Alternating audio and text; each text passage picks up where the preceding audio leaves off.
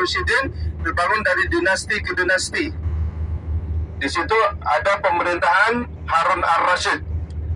Pemerintahan Harun ar-Rasyid ini ada istrinya yang mengusulkan untuk membangun saluran air, saluran irigasi. Itu saluran irigasi yang dialirkan dari kota Taif. Itu ada sumber mata air dari kota Taif namanya Ain Zubaidah. Maka tembok itu disebut dengan tembok Zubaidah. Itu saluran irigasi yang dialirkan dari kota Taif yang kurang lebih jaraknya kota Taif dengan kota Mekah 100 km. Itu memanjang dari kota Taif sampai ke kota Mekah. Tujuannya adalah untuk mempermudahkan bagi jamaah haji untuk menggunakan air. Dan di sebelah kiri ini adalah stasiun atau stasiun kereta bagi jamaah haji yang menggunakan kereta dari Arafah menuju ke Musdalifah. Dan saat ini kita sudah berada di Musdalifah. Jadi ruas jalan untuk pejalan kaki yang warna kuning dan merah tadi bertemu di sini semua. Akan bertumpu di sini karena ini sudah masuk Musdalifah. Ya. Sudah masuk Musdalifah, dan di Musdalifah ini tidak ada tenda. Kenapa tidak ada tenda? Cuma dihamparkan karpet saja. Karena perjalanan dari Arafah menuju Musdalifah itu paling enggak kalau naik bis itu mungkin 2 jam, 3 jam sampai 5 jam karena macet sekali. Dan di sini ada juga masjid di Musdalifah namanya Masjid Masy'aril Haram. Apa namanya? Nah, ini Masjid Musdalifah. Namanya Masjid Masy'aril Haram di Musdalifah. Nah, tempat diyakini Nabi melaksanakan sholat maghrib dan sholat isya dulu. Nah, ini yang ada pohon di sini depan itu. Ada di pagar itu. Yang itu.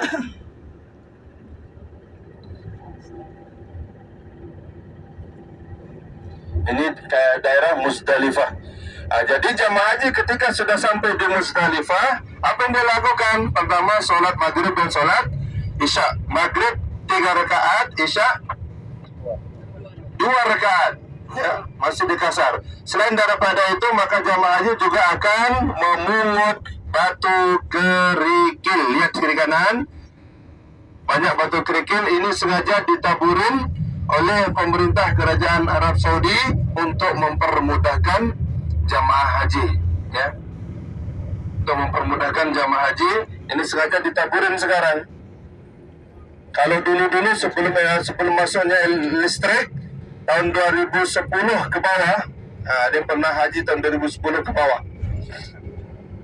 Itu masih menggali, masih mencari karena gelap juga, pakai lampu senter. Kadang-kadang yang penting menggali, ngambil kalau keras berarti itu batu. Tapi kalau ada bulat keras ternyata lembek, itu kadang tahi kambing, tahi unta dan lain sebagainya.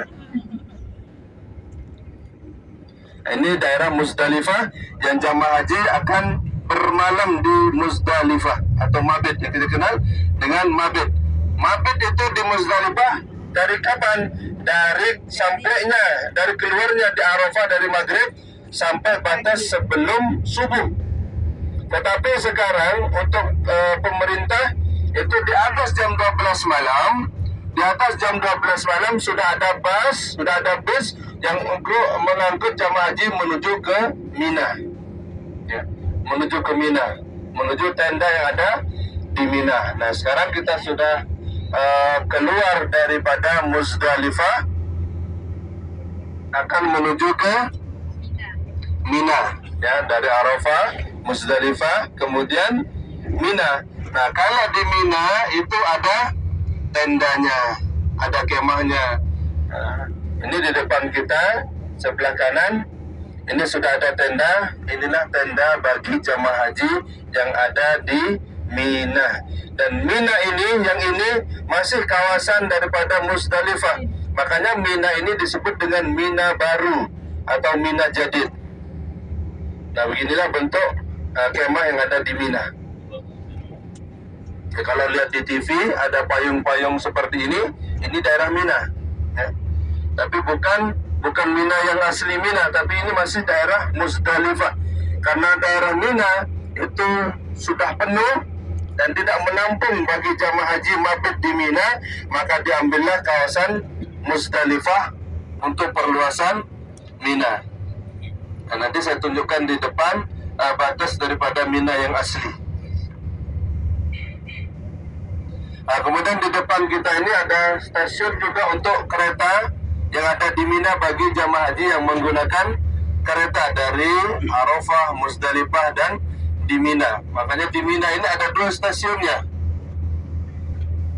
Ada 2 stasiun yang ada di Mina ini.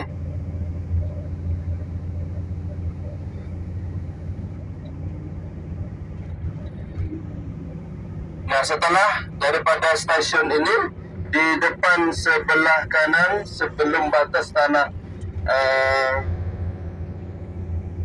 Musdalifah dengan ini batas Musdalifah ya, ini sudah masuk di Arafah.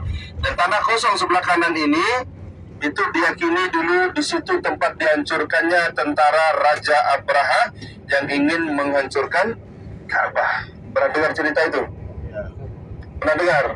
Raja Abraha ingin menghancurkan Ka'bah. Pernah dengar? Pernah ya? Kalau pernah nggak usah diceritain. Nah, ini stasiun yang ada di Mina juga. Ya, jadi ada 2 stasiunnya. Nah, ini yang termasuk Mina asli. Ini masih termasuk Mina asli. Nah, jadi kiri kanan itu banyak itunya, tendanya. Jadi disinilah jamaah haji akan bermalam, menginap mabit. Mabit itu artinya bermalam, ya. Bermalam. Berapa lama jamaah haji menginap di Mina? 3 malam kalau yang mau sempurna. Kemudian di depan sebelah kiri bangun. Sebelah kiri itu ada tugu.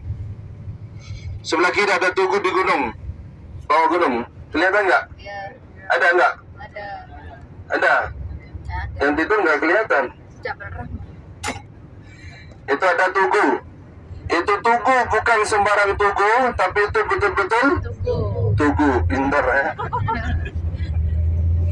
Itu tugu, di tempat dibangunkan tugu itu diyakini di situ tempat mau disembelihnya Nabi Ismail oleh ayahnya Nabi Ibrahim. Ya. Pernah dengar cerita itu? Alhamdulillah, nggak usah diceritain lagi.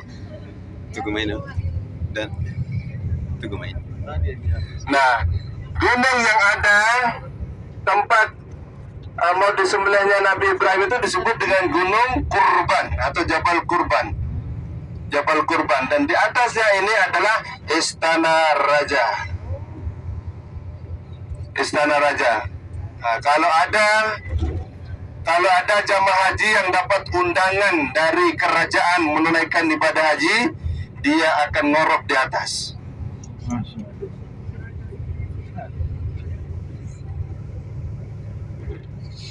Dia akan tidur di atas itu di Istana Raja kalau dia dapat undangan haji dari kerajaan. Nah, nanti semua tamu-tamu haji yang dari kerajaan yang undang akan tinggal di sana.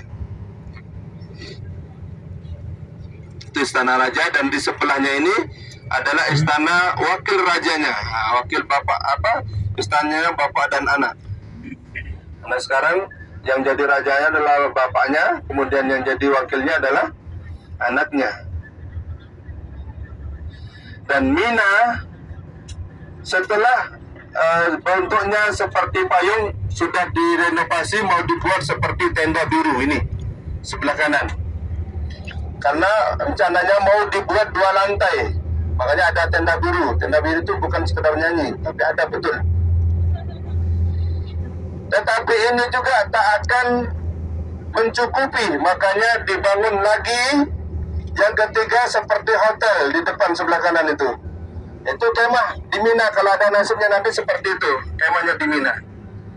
Oke, di sebelah kiri ada satu masjid lagi yang ada di Mina. Kiri-kiri ini ada masjid yang ada di Mina, namanya Masjid Khaf. Apa? Khaf. Masjid Khaf. Di Masjid Khaf ini kurang lebih 70 Nabi pernah sholat di situ. Di Masjid Khaf 70 Nabi pernah sholat di situ, termasuk Nabi Isa alaihissalam. Selain daripada Masjid Khair, di sebelah kiri lagi ada bangunan 1, 2, 3, 4, 5 lantai. Itulah tempat melontar jumrah. Itu Jumratul Ula, Jumratul Wusta, dan Jumratul Aqabah. Itu tempatnya. Jadi bertingkat-tingkat ya, kurang lebih ada 6 lantai. Kurang lebih ada 6 lantai, itu tempat melontar jumrah. Jadi batu kerikil yang kita ambil, yang kita pungut di Muzdalifah, nanti kita akan bawa ke tempat ini. Jamarat namanya, tempat melontar. Pertama akan kita lontar Jumratul Ula, kedua Jumratul Wusta, yang ketiga namanya Jumratul Aqabah. Dan di sebelah kanan itu ada 2 terowongan. Ada nggak kelihatan 2 terowongan? Yang sana, bukan yang sana. Yang itu terowongan tragedi tahun 90-an. Tragedi tahun 90-an yang banyak orang-orang Indonesia atau Asia Tenggara yang meninggal. Kenapa Asia Tenggara yang banyak meninggal? Karena kemah Asia Tenggara, jamaah haji Asia Tenggara di belakang gunung ini, ya. Dan jembatan di depan ini adalah jalur untuk pergi melontar. Jembatan yang ini jalur untuk pergi dan balik melontar. Jembatan yang di atas ini adalah jalur untuk jamaah haji Asia Tenggara pergi melontar. Jadi kemah jamaah haji Asia Tenggara setelah terowongan ini. Berapa jaraknya? Paling jauh 4 km. Paling jauh 4 km pergi, 4 km kembali. 4 km jadi berapa? 8 km satu hari mau jalan. Kuat nggak? Insya Allah kuat. Yang penting datang pasti. Insya Allah kuat. Ya. Itu akan kita lakukan selama 3 hari. Ya. Selama 3 hari. Mabit di Mina itu kita lakukan selama 3 hari berada di kemah atau tenda yang ada di Mina. Jadi inilah tenda jamaah haji Indonesia, Malaysia atau semua negara yang termasuk negara Asia Tenggara. Di sini semua. Baik yang furoda, ya, ataupun yang visa ziarah, ataupun yang haji haji reguler, ya. Semua ada di sini tendanya. Dan yang paling dekat dengan terowongan itu 2 km. 2 km. Jadi kalau dia pergi balik, dia 4 km.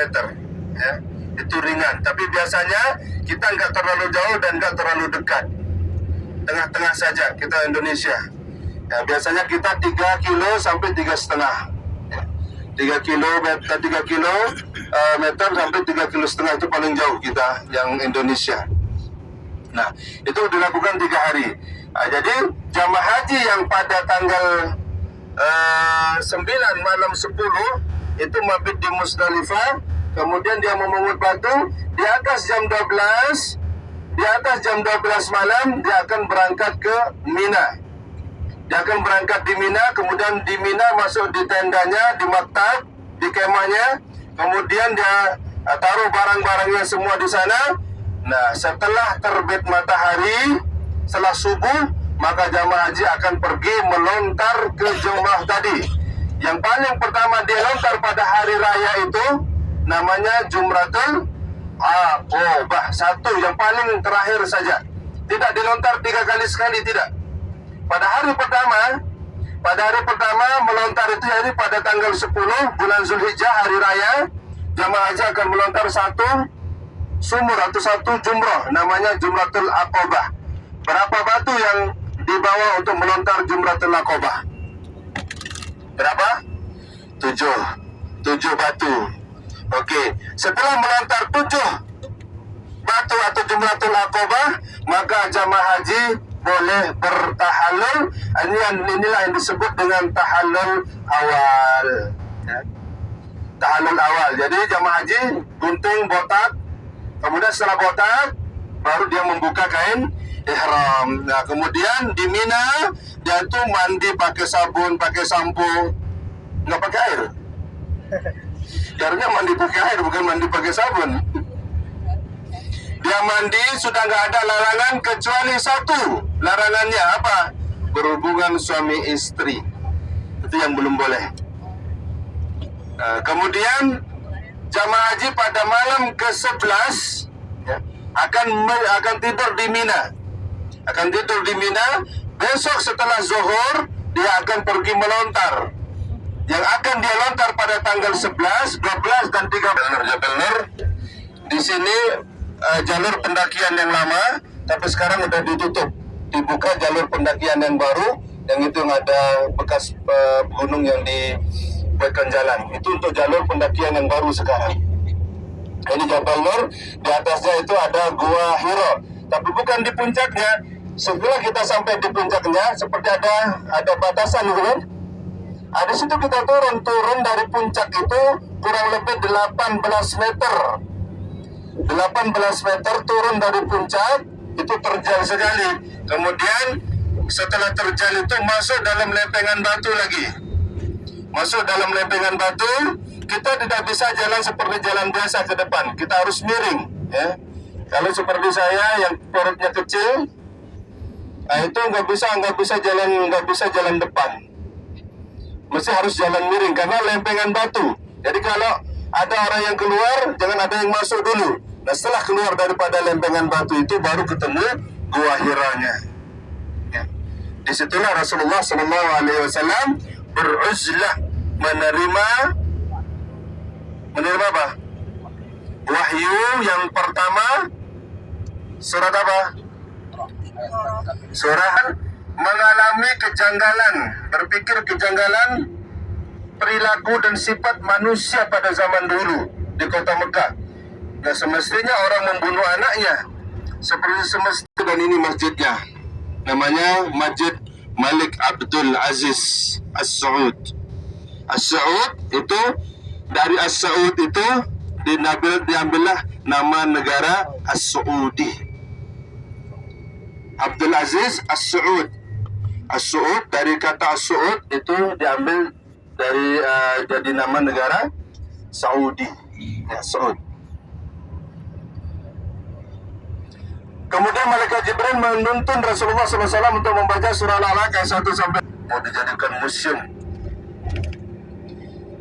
Istana Raja pertama Arab Saudi. Ini dia. Nah, sekarang lagi direnovasi, kan untuk ditempati, tapi mau dijadikan museum. Dan ini masjidnya sebelah kiri. Masjid Malik Abdul Aziz namanya. Nah, kemudian setelah Rasulullah SAW sampai, Rasulullah mengatakan, Zammiluni, zammiluni. Selimutilah aku, karena Rasulullah SAW